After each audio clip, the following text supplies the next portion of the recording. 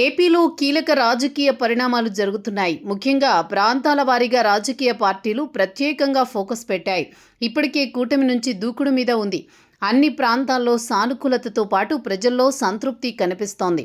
ఈ తరుణంలో వైసీపీ తన వ్యూహాలను మార్చుకుంటోంది. ప్రాంతాల వారీగా వ్యూహాలపై ప్రత్యేకంగా దృష్టి పెట్టింది. అందులో భాగంగా ఉత్తరాంధ్రపై ప్రత్యేకంగా ఫోకస్ పెట్టినట్లు స్పష్టమవుతోంది. మాజీ మంత్రి అప్పలరాజు, చింతాడ రవికుమార్ అరెస్ట్ ఎపిసోడ్ తర్వాత రాజకీయంగా సీన్ మారింది. వైసీపీకి భారీ డ్యామేజ్ జరిగింది. దానిని కప్పిపుచ్చుకునే క్రమంలో జగన్ చేసిన పనులు కూడా ఆ పార్టీని మరింత ఇరకాటంలో పెట్టేశాయి. మొన్నటి ఎన్నికల్లో ఉత్తరాంధ్రలో టీడీపీ కూటమి ఘన విజయం సాధించింది.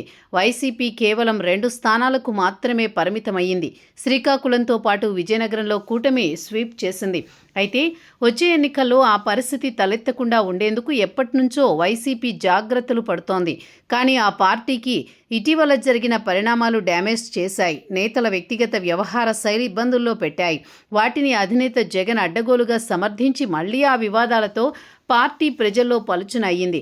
మాజీ మంత్రి అప్పలరాజు కుమారుడు ఒక బైక్ ప్రమాదంలో మనిషి మరణానికి కారణమయ్యాడు. కానీ ఆ కేసులో నీరుగార్చి తన కుమారుడి స్థానంలో మరొకరిని పోలీస్ స్టేషన్లో ఇరికించారనేది ఒక అభియోగం మాత్రమే కాదు, వాస్తవం కూడా. దానిని అక్కడితో విడిచిపెట్టుంటే బాగుండేది. దానిని మరింత వివాదాస్పదం చేసుకుంది వైసీపీ. అక్కడితో ఆగకుండా జగన్ అదే అప్పలరాజును పరామర్శించేందుకు వచ్చారు. భారీగా జన సమీకరణ చేసిన క్రమంలో ఓ మహిళా ఎస్ఐపై అనుచితంగా ప్రవర్తించారు వైసీపీ శ్రేణులు. ఈ కేసులో వైసీపీ నియోజకవర్గ ఇన్ఛార్జి ఒక్కరు అరెస్ట్ అయ్యారు కూడా.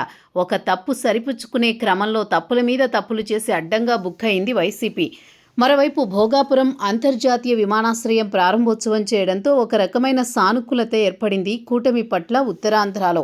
అంతకుముందు విశాఖకు భారీ ఐటీ పెట్టుబడులు కూడా ప్లస్ పాయింట్గా నిలిచింది. ఆసియాలోని అతిపెద్ద గూగుల్ డేటా సెంటర్ విశాఖకు రానుంది.